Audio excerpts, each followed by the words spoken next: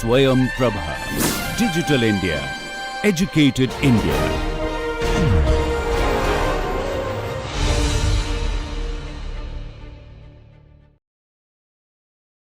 Welcome back, everybody. We looked at CH bonding, single, double, triple. We're going to look at some more bonding between CH bonding in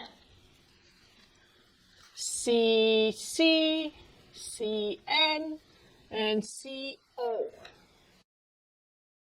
If you know nitrogen, you kind of know phosphorus. If you know oxygen, you kind of know sulfur. The only difference is phosphorus and sulfur can make a lot more bonds than nitrogen and oxygen, all right? So that covers a lot of ground. We can do CX, like carbon chlorine. It's almost pretty much like doing a carbon hydrogen bonding. So we're just going to do CN and CO for right now, okay? Let's look at nitrogen. What's so special about nitrogen? Nitrogen is 78% of the air we breathe. It must be pretty important, right? Let's look at nitrogen electrons. Nitrogen is 1s2, 2s2, and it's carbon's neighbor, so it's got one more electron, 2p3. So if you have a s orbital, so this is your core, and we never touch the core. We only work with the valence. This is all based on the valence bond theory. Again, if it's molecular orbital theory, things will be a little different. We are going to do overlap of all of the electrons. Here, we're going to do a valence electron treatment for the bonding. So we have 5 valence electrons. So S2 and then 3p. 1, 2, and 1 going through the board here, which I'm just going to draw like that. Okay? And so if you draw these out, S2 and P3, and you know, according to Hen's rule and Pauli's exclusion principle, you have to do singly before you pair, and you have to do, one level before you know the next level. So you can make 3 bonds, and well, nitrogen, ammonia, NH3, you might think that looks fine, 3 bonds. But the thing is, the problem with that is, if you put those 3 electrons in here, and 1 in the S, the 3p, and you make bonds like this with hydrogen. So if you put bonds and make bonds here, you are going to get 3 orbitals, and then you're going to have a lone pair here on the 2s, and that's going to be anywhere. But the problem with that would be it's going to be a 90-degree angle. And you'd have another one going through the board, and that's going to be a 90-degree angle as well. And a lone pair right, all over the place. Is that what you see in ammonia? No, and then we have learned that ammonia is going to have a tetrahedral.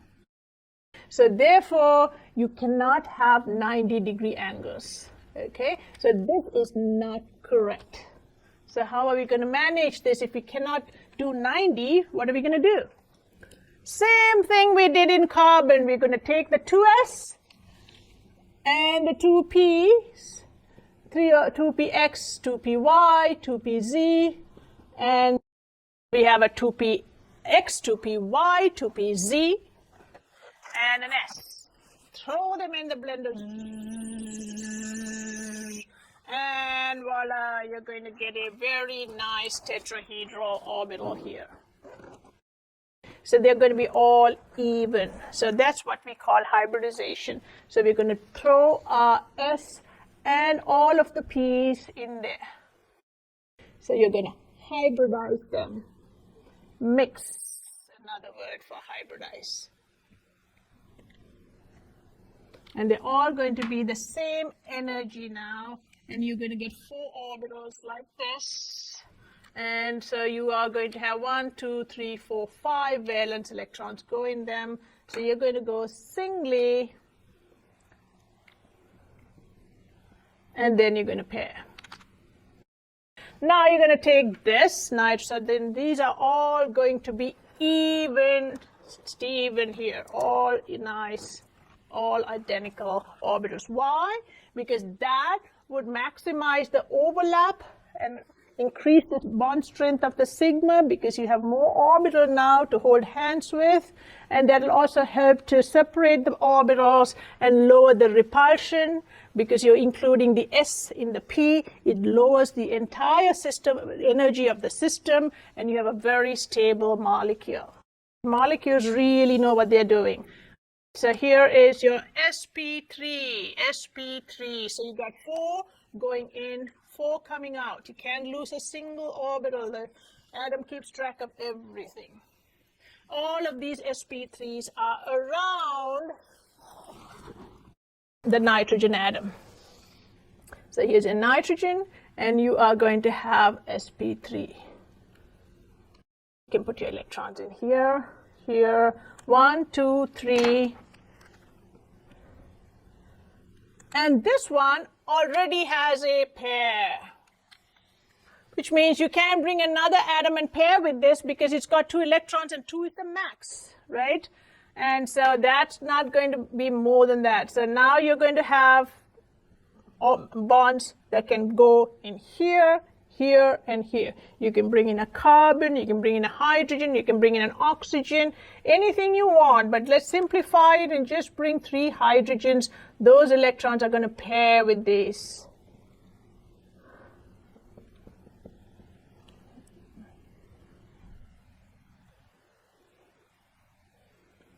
And so you have a nice, this bond pair, lone pair is a little bit higher than bond pair repulsion. Okay, so this might be a little more, maybe like 110 or something, more than 109. This is about 107 degrees, okay, between the NH here. I'll just put greater than 109.5. So if you don't want to draw all of these out, so we put a lone pair here and 3 hydrogens. So what happens if I want to bring a nitrogen instead of a hydrogen? All right, I'll take off my hydrogen over here, and then I am going to bring in a carbon. So the carbon can be alkene, alkyne, or it can be a alkane. Let's just simplify it and make it an alkane. So I'll bring in something that's sp3 hybridized. And so you have 4 sp3 orbitals. This carbon has got 4 sp3 orbitals. 3 of them have hydrogens already. So we have 3 of them having hydrogens. 1 of them can go in and pair with this nitrogen all the way here. So there's your sigma bond that is then going to become a very nice carbon-nitrogen overlap. So you have a nitrogen carbon overlap over here, and here are your hydrogens. So now this is it was inorganic before when you had all hydrogens. Now you're going to make it into an organic molecule just by adding CHs. So those are the 3 CHs that we have, and then this is a CN sigma. So you have a sigma sp3 CN, and that is going to be a strong bond here. Okay, so that's your carbon nitrogen sigma. This is your carbon hydrogen sigma, and they're all sp3. This is your sigma between your nitrogen and hydrogen. So there are 3 types of sigma bonds. And you have a lone pair, and the lone pair here is by itself. It cannot bond to anything else because it has 2 in an orbital, and that's the max. So here is an amine. Is that all we can do with a nitrogen? Let's look at another type of bonding that we can have with nitrogen. The same nitrogen here. So here's this is a carbon-nitrogen bonding. And let's see another type of carbon-nitrogen bonding. Same deal here. Let's say I have a carbon and nitrogen, and I am going to have a hydrogen. And I only have 1 hydrogen. And where am I going to put it? Let's look at it.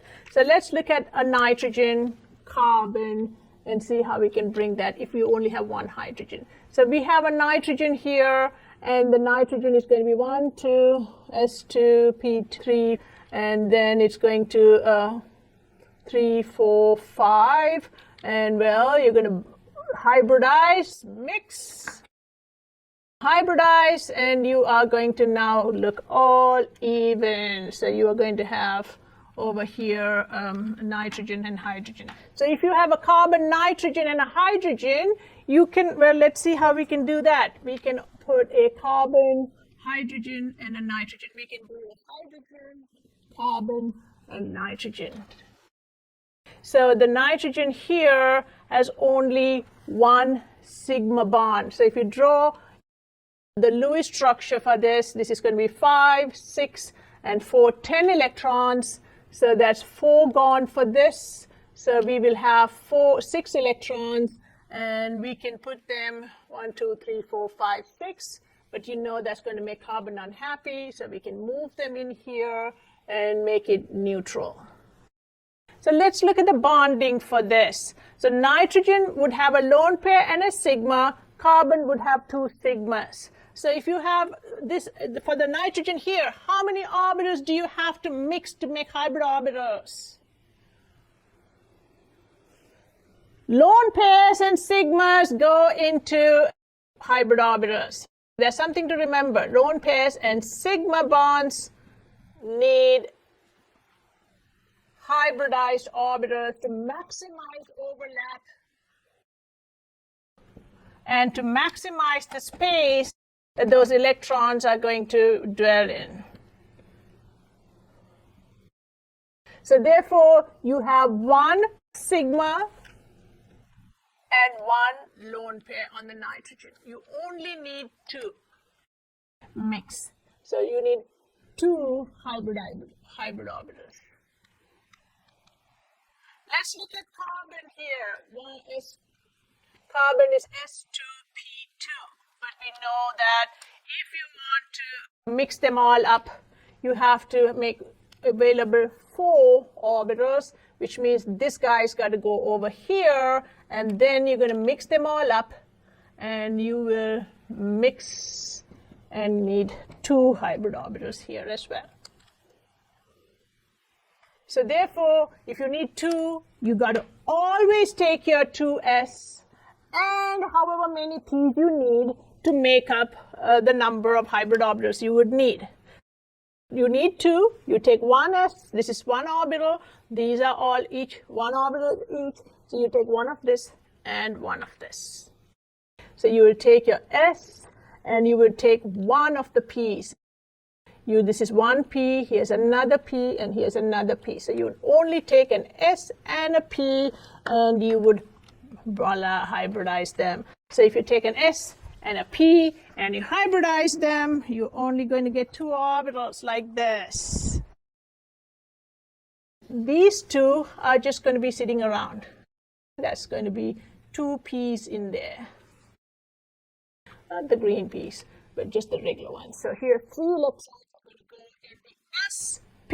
You put an s and a p, you got 2 orbitals hybridizing, you get 2 orbitals out. Just name them after their parents. That's it. Don't think too much about it. So 1, 2, 3. So you go singly, then you pair.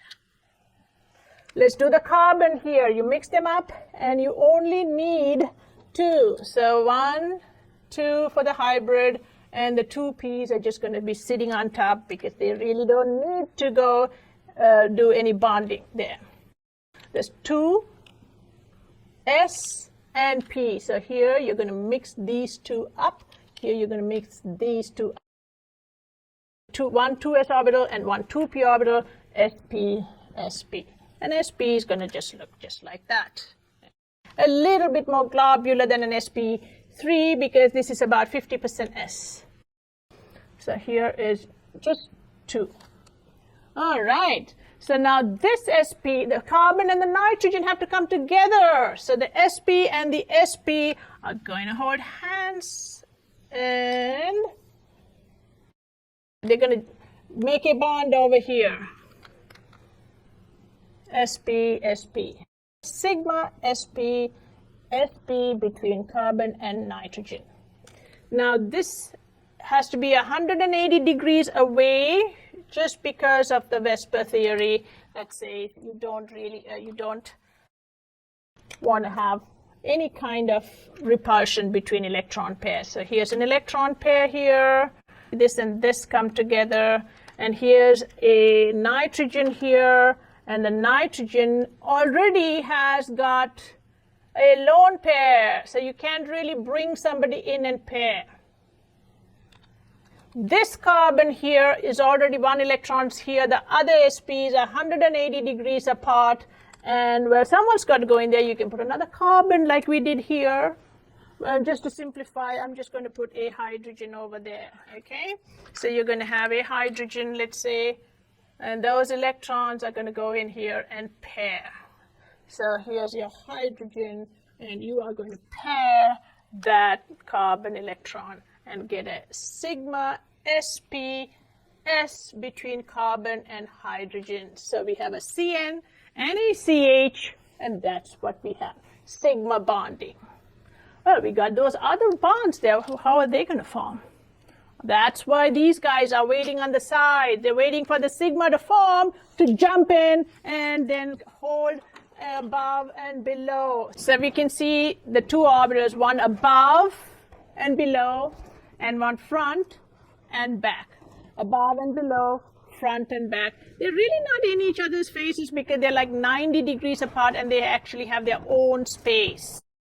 And this is your H, the lone pair, and the CN.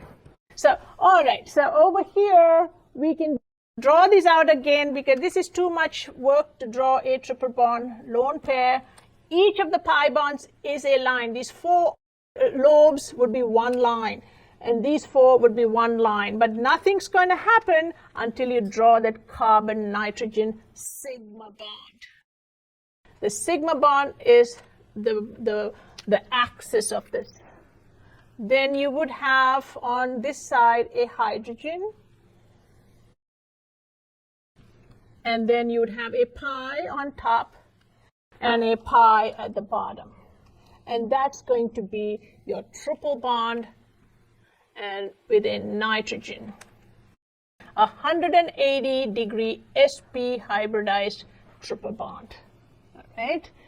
Okay, you can also have carbon-nitrogen double bonds, but you don't see them as often, so I'm skipping it here, but you will see them later on. They're called imines. But we mostly see it in carbon-nitrogen triple bonds and carbon-nitrogen single bonds a lot, especially lots of R groups.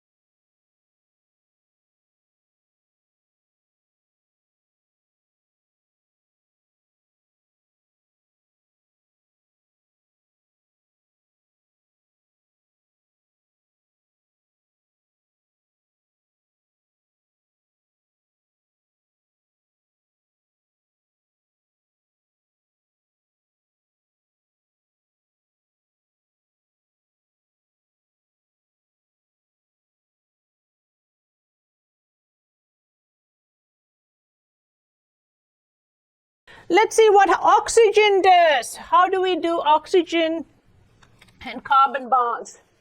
Oxygen also can form carbon-oxygen single bonds and carbon-oxygen double bonds. So let's do a carbon-oxygen single bond. So oxygen, again, 1s2, 2s2, 2p, one more than nitrogen because it's its neighbor, and 2p4. So here is your 2s2, 2p4, again, core, you don't involve, and you only involve valence. And so 2s2, 2p1, 2, 3, and then you pair, right? So you only have 2 spaces here to make bonds. Let's look at the carbon, and the same deal with carbon as before. And you're doing a single bond here, so carbon is going to be, well, the same as before, and I'm not going to repeat that. So now we want to take a carbon orbital and mix with an oxygen. But which one? They're all very different. If you take the p orbitals and make a bond here, that's going to be a 90-degree angle, which is a big no-no, because we know we want to be spread out as much as possible. So here, let's first try to do water. Let's just try to do water, then we will replace one of the hydrogens with a carbon. So in order to do water, can I just put these hydrogens in here? If I do that, I'm going to get an oxygen-hydrogen bond that is 90 degrees. Nope, not going to do that. So we have to then spread out. In order to spread out, I need that S to go in the P and blend them so they will become bigger lobes, and then they will also be, according to Vesper theory, spread out in 4 different directions. So therefore, if I'm going to take an oxygen, I can only make 2 bonds. I only have 2 spaces. But I am going to hybridize all of them to make them even. Okay, so here we go. We'll take this, the S and the 3P, and throw it in, 3P and an S, throw it in, and turn on your blender, your Ninja. So here you mix it, hybridize it, and then you're going to get all of them being even. 1, 2, 3, 4. What will you call them? We took an S and 3 p orbitals, and so it's going to be called sp3. And so you'll get 4 sp3. So 2 p orbitals px, 2 py, 2 pz, and a 2s. And then you're going to have 6 electrons. You can't just knock them off. You've got to have all the electrons you started with in your hybrid orbital. Then if you have some space, then you can make a bond. So here we got 2 of these, and I can just throw in a hydrogen here and a hydrogen here, and that would be the most plentiful molecule in the ocean, which is water. So 2 lone pairs here for the oxygen, and then 2 OH bonds. And these, even though we're drawing it out like this, they're all around central atom. So this is only 25p and 25% S and 75% P. So they have an elongated lobe. They look more like the P than the S. So this is 75% P, 25% S, and they're kind of elongated. So here you can do this. Those are your bunny ears, your Mickey Mouse ears. Disney borrowed them from water. So here are your electrons here. I'm going to put them like that. And then you can bring your hydrogens and bond them. All right, water, voila. The most important molecule for life. Now, let's say I don't have a hydrogen, I have a carbon in there. How would I bring the carbon in? Well, I'd have to bring the carbon in and make a bond here, just like I did with the water, except I'm going to hybridize this as well to maximize my overlap. So I'm going to take this and I'm going to mix them in the blender, and voila, I'm going to get a tetrahedral sp3 orbital. So you're going to mix all 4 of them, and just like before, you're going to get sp3, sp3. You mix 4 orbitals, and we don't say 2 sp3, we just say sp3. Here is 2s and 2p. So then we'll put 4 electrons in them, and then one of them can then go with one of these. So let's say I want to take off a hydrogen, and I'm going to bring in a carbon. So I'm going to bring in this carbon. So I'm going to take these and go over here. And that's going to be my sp3 sigma bond. Write down your oxygen sp3 here. oxygen sp3, 2 lone pairs and 2 orbitals that have only 1 electron in them, and these can then pair with them. You can make 2 carbon-carbon, or you can make a carbon-hydrogen, whichever way you want it. So let's say I put this over here. This orbital here is going to come in and overlap with your oxygen and make a carbon-oxygen sigma bond. So this is going to be your sigma carbon-oxygen sp3, sp3. All right. What about these? Well, carbon can come with other things. Let's say hydrogen, chlorine, whatever you want. So let's just do hydrogen for simplicity. Say, let's say you have 3 hydrogens here. Those electrons are going to pair here. So you can have 3 of these hydrogens over here.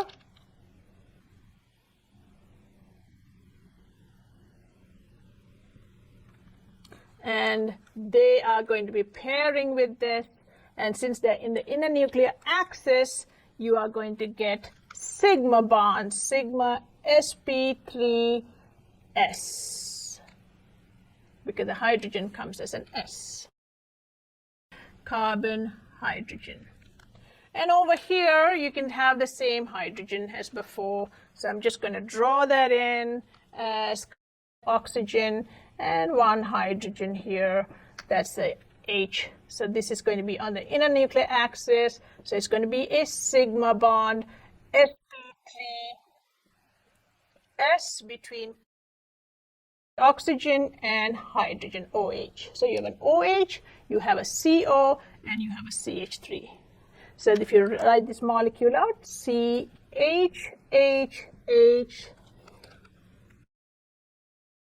O, lone pair, and hydrogen. So that is going to be your Lewis structure. So from the orbital structure, you can draw a Lewis structure. This Lewis structure, this is all tetrahedral.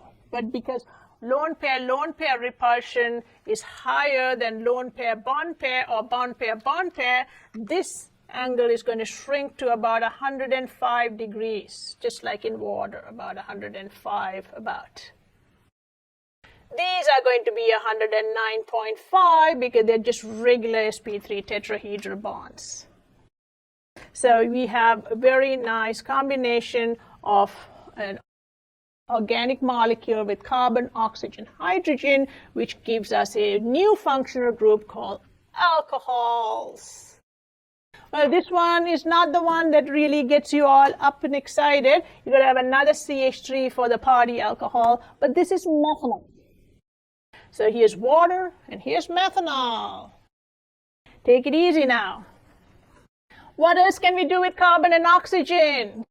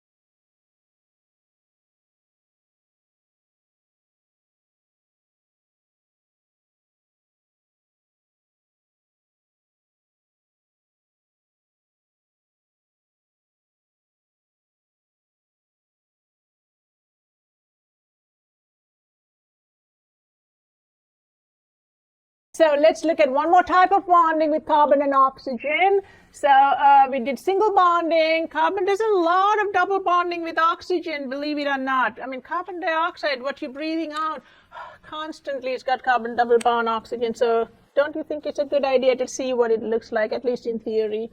right? So let's look at it. I mean, X-ray diffraction kind of supports this because of the angles and the bond lengths and so on, which is why we stuck with valence bond theory for so long, because the X-ray data that comes out kind of corroborates the structures. The structural integrity here is maintained all throughout in experiments as well. So that's one of the reasons why the textbooks have this theory, chapter 1.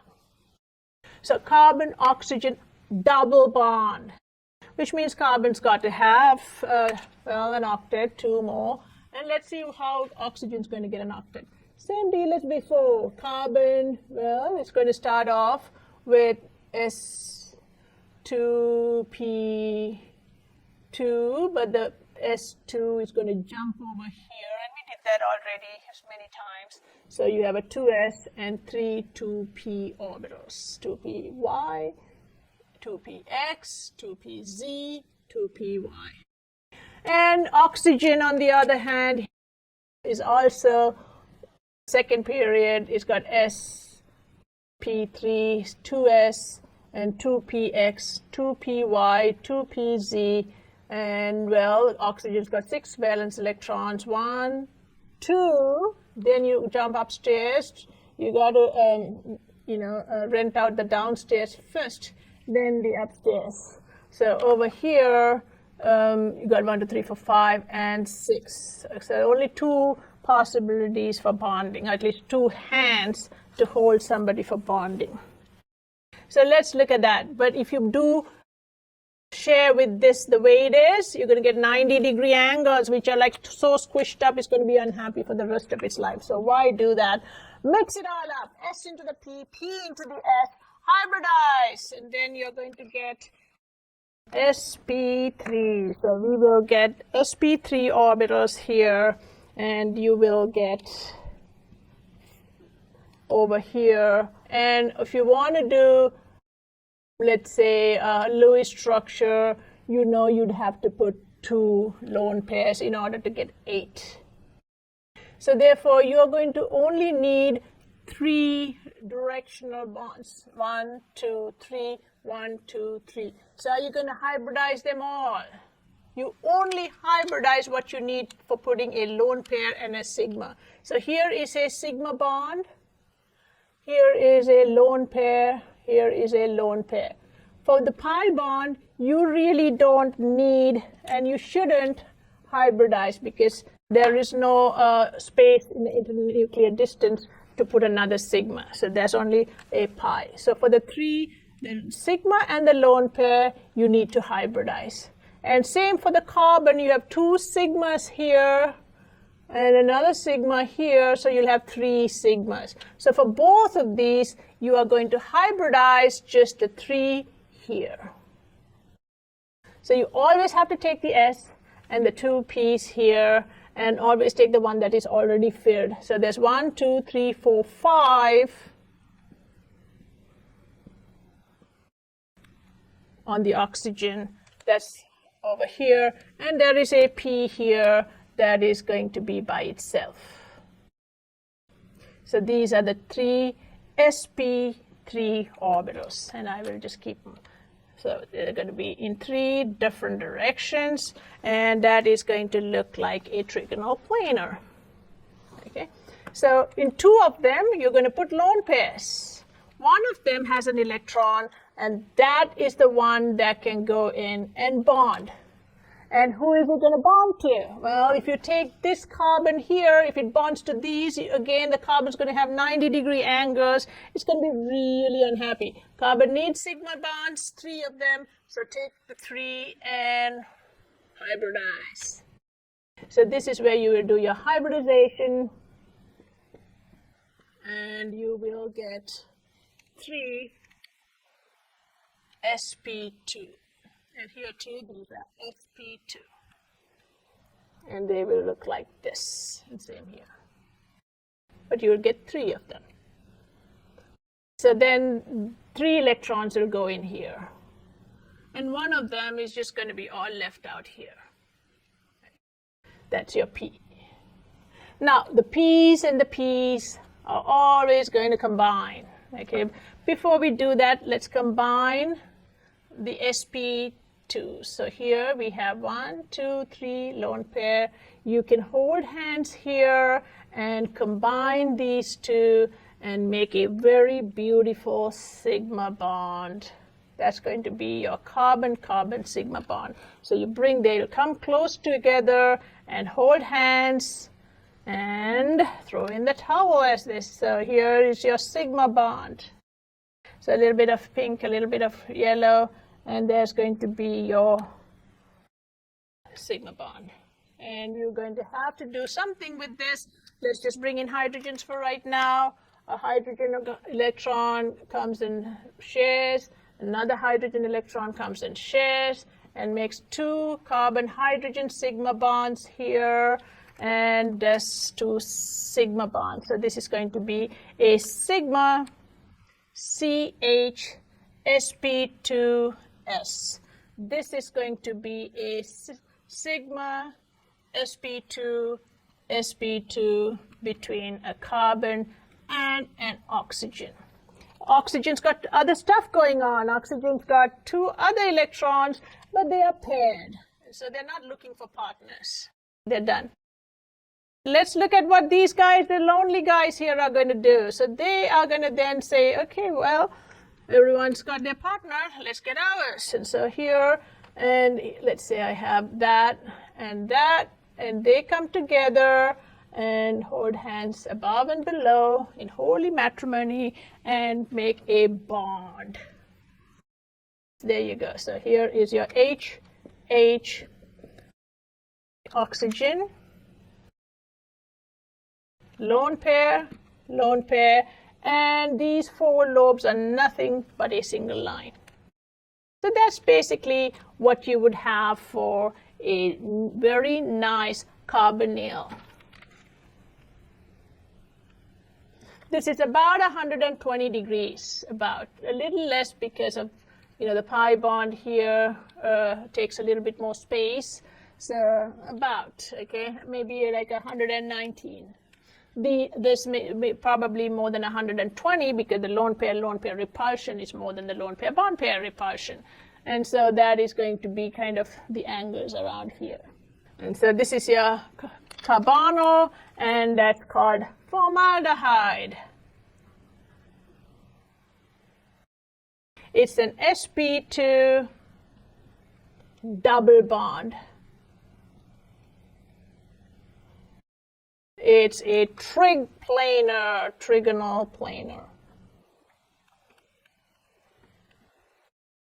And that's what you have.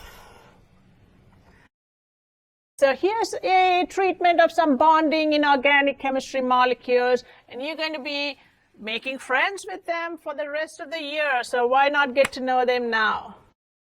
Just to recap, bonding in carbon can happen with nitrogens, oxygens, and other carbons, and you can have multiple bonds, single, double, and triple.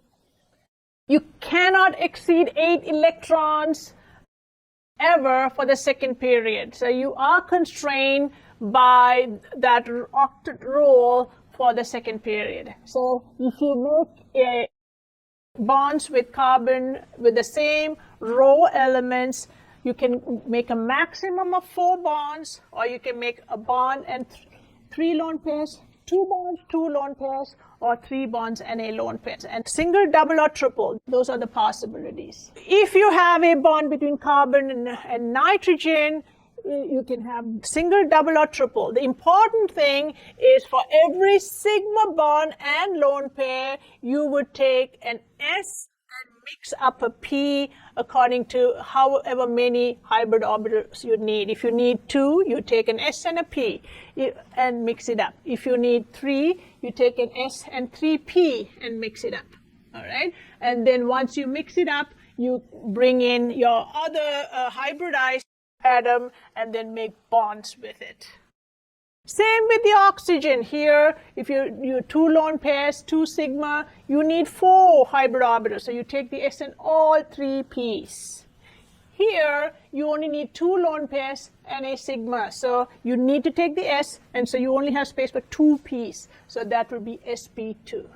basically double bond sp2, triple bond sp, single bond sp3. If you remember that, you would be fine. All right, and we will talk a lot more about bonding in molecules as we encounter more functional groups. And I will see you soon, guys. Bye.